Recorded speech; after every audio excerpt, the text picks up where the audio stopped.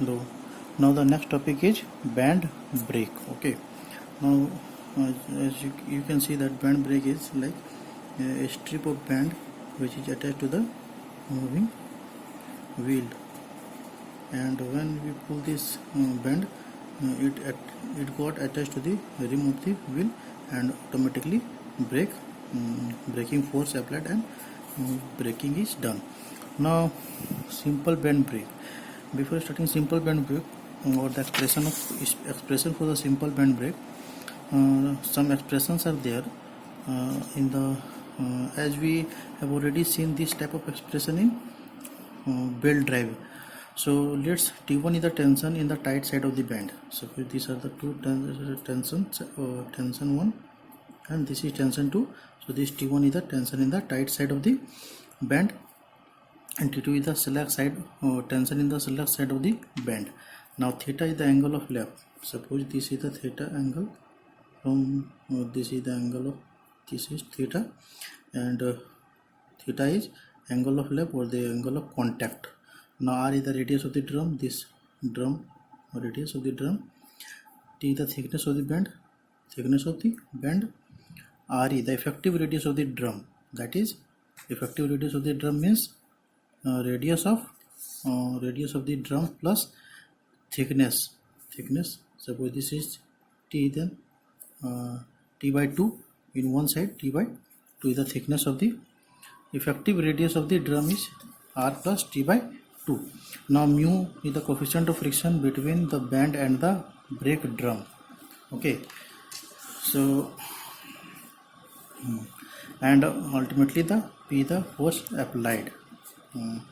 Now limiting driving tension is given by, we already seen this expression in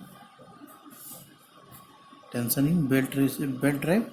So T1 by T2 is equals to e to the power mu theta, and braking torque on the drum is TB is equals to T1, that is as we already shown in the power transmitted by the belt drive. So TB, the braking torque on the drum is TB, that is T1 minus T2 into R. T1 minus T2, the difference between the tension and radius of the drum. Neglecting band thickness. If we neglect the band thickness, then this is our expression, and if we consider the band thickness, then our expression will be TB is equals to T1 minus T2 into RE, the effective radius of the drum. Okay. Now this is the fundamental expressions for driving the band drive expressions. Okay. Now we will see one by one. The clockwise rotation of drum. This is for simple band brake. In simple band brake, only one fulcrum is there, and at the end of the fulcrum one belt is attached, and at the middle of the lever one belt is attached, and this is the rim or the drum, brake drum, and this is our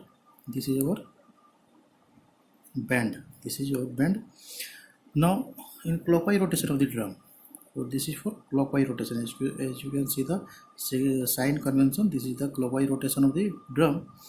Then this is T2, slack side tension. This is T1, tension in tight side. This is brake drum, this is band, and this is P in B, fulcrum O. This is point O. This is B. From this to this point is point length B, and from this to this length L, and this is the C point. A point, B point, C point. Now for equilibrium of the system, taking algebraic sum of the moment of all the forces about fulcrum O and equating it to 0, same as we have already done in block or shoe brake, like that, taking the moment about a fixed point, and we get summation of M0 is equals to minus PL. This is force PL here, this is P. So PL minus PL in plus T1 into B. T1. This is T1 into B. Okay. Now 0 is equals to minus PL plus T1 into B, and PL is equals to T1 into B. T1 into B, this one. Now P is equals to T1 into B by L. So this is our expression, that is force applied. the pressure applied in the lever, if we pull the lever in this direction, then automatically the band attached to this point will get elongated, and the band which is in contact with this brake drum will get more attached to the drum, and frictional forces are induced, and ultimately this drum uh, retards or stop. So this is the expression for clockwise rotation of drum in simple band brake. Now for anti-clockwise rotation of the drum, similarly anti-clockwise, this is when only the rotation is changed, and this rotation will be in this direction. When the rotation will be in this direction, then the force applied, we have already know that the motion produced by the frictional force is always against the motion. So if it is in anti-clockwise direction, then to stop to stop the drum, we have to apply the force in opposite direction, and that's why this will be our T1. So anti-clockwise direction, the tension will be in this side and T2 will be in this side. Okay, now for equilibrium of the system, taking algebraic sum of the moment of all the forces about O and equating it to 0, summation of m0 will be minus PL minus PL plus T2 into B, that PL is equals to 0 is equals to minus PL plus T2 into B, and PL is equals to T2 into B, then P is equals to T2 into B by L, T2 into B by L. So this is the effort applied at the lever. So what type of effort? If we know the effort, then we can calculate our tension. If we know the tension, then we can calculate effort. Or in the same way, we can calculate for clockwise and anti-clockwise direction. This is for simple band brake. Now, okay. Now the next is differential band brake. Only the things is in differential band brake is the fulcrum is in between, and the bands are attached at one end in this side and one end at this side. Okay, and the fulcrum is at the center of these two point, A point and B point, and the now you can see in the figure itself also. So this is the band, this is a band. Now for clockwise rotation, because it is a clockwise rotation, that it rotates in this direction. Suppose anything rotates in direction, suppose this is rotating in this direction. To stop this, suppose it is in clockwise direction and it rotates. Okay, this is rotating in clockwise direction. If it rotates in clockwise direction, to stop it, we have to apply the force in this direction. Okay, so in the same way, this will be our T1, and this is force applied, because as we all know that when force is applied in downward direction, because of the fulcrum, when it go downward, then this will go upward. Okay, this is because this is a pivoted point. When we applied force in this direction, then this will be in upper side, and when it go upside,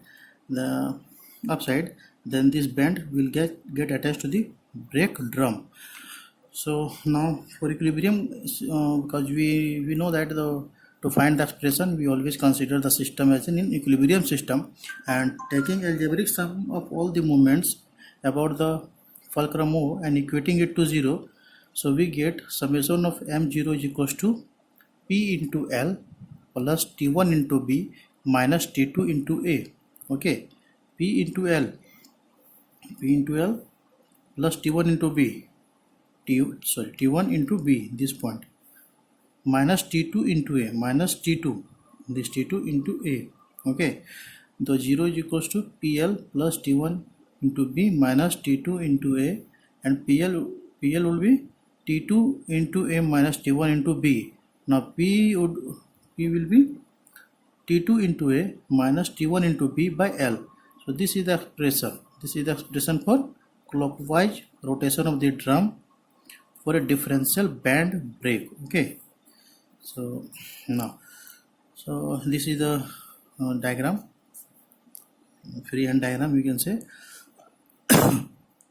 Now for anti-clockwise rotation, same way, in the anti-clockwise rotation, That means only the rotation of the drum is changed, and when the rotation of the drum will change, the of the tension of the band will be changed. That is, this will be our T1 tension and this will be our T2 tension.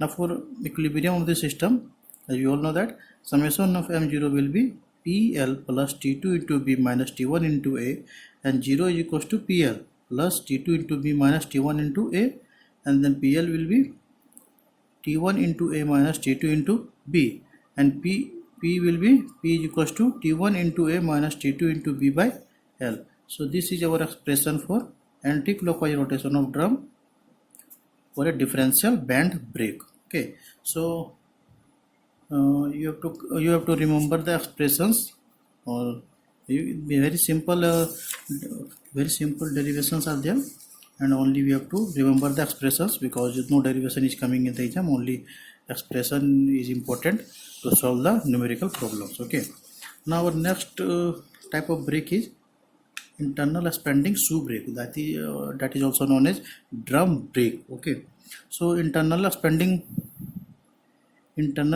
shoe brakes are generally used in bikes.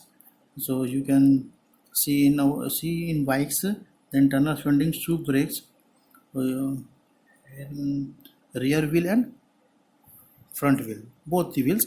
Internal expanding shoe brakes are there. Suppose this is the brake drum and this is the hub. As you can show the tire in the center of the tire there is a brake drum, and the brake drum is attached to the wheel, and this is brake drum, and this is the brake drum. This is brake shoe 1, this is brake shoe, this part is the brake shoe 1, this is brake shoe 2. These are the brake shoe which get attached to the brake drum. This is the brake drum, the outer part, this is the outer part, and this is brake drum, and this is brake shoe 1 and brake shoe 2. And when it's elongate, suppose this is the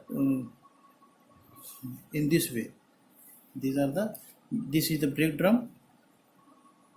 Suppose this is brake drum, and suppose this is the brake drum, and this is one part. Okay, this is one part, and this is other type of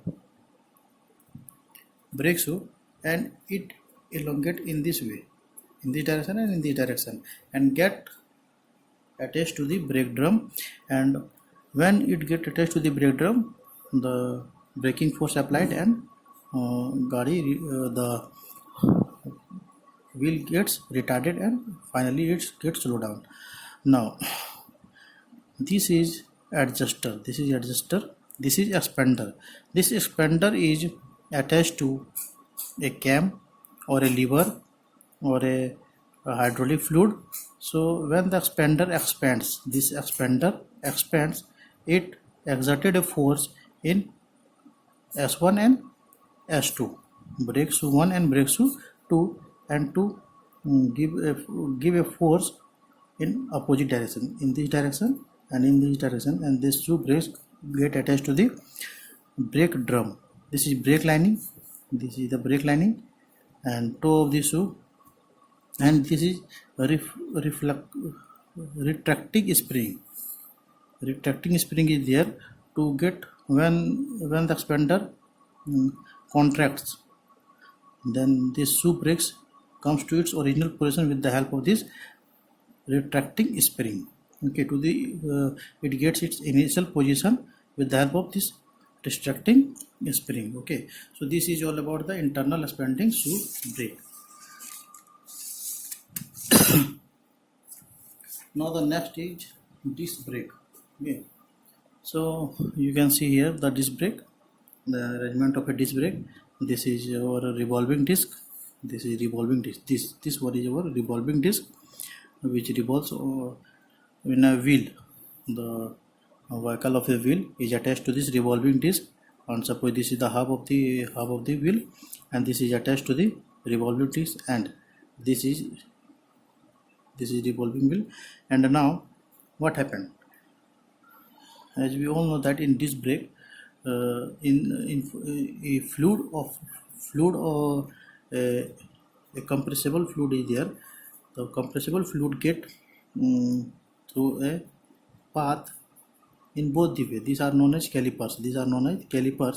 And these calipers, when the compressed fluid is coming from this line of the path and through the caliper, it exerted a pressure on this piston. This is piston.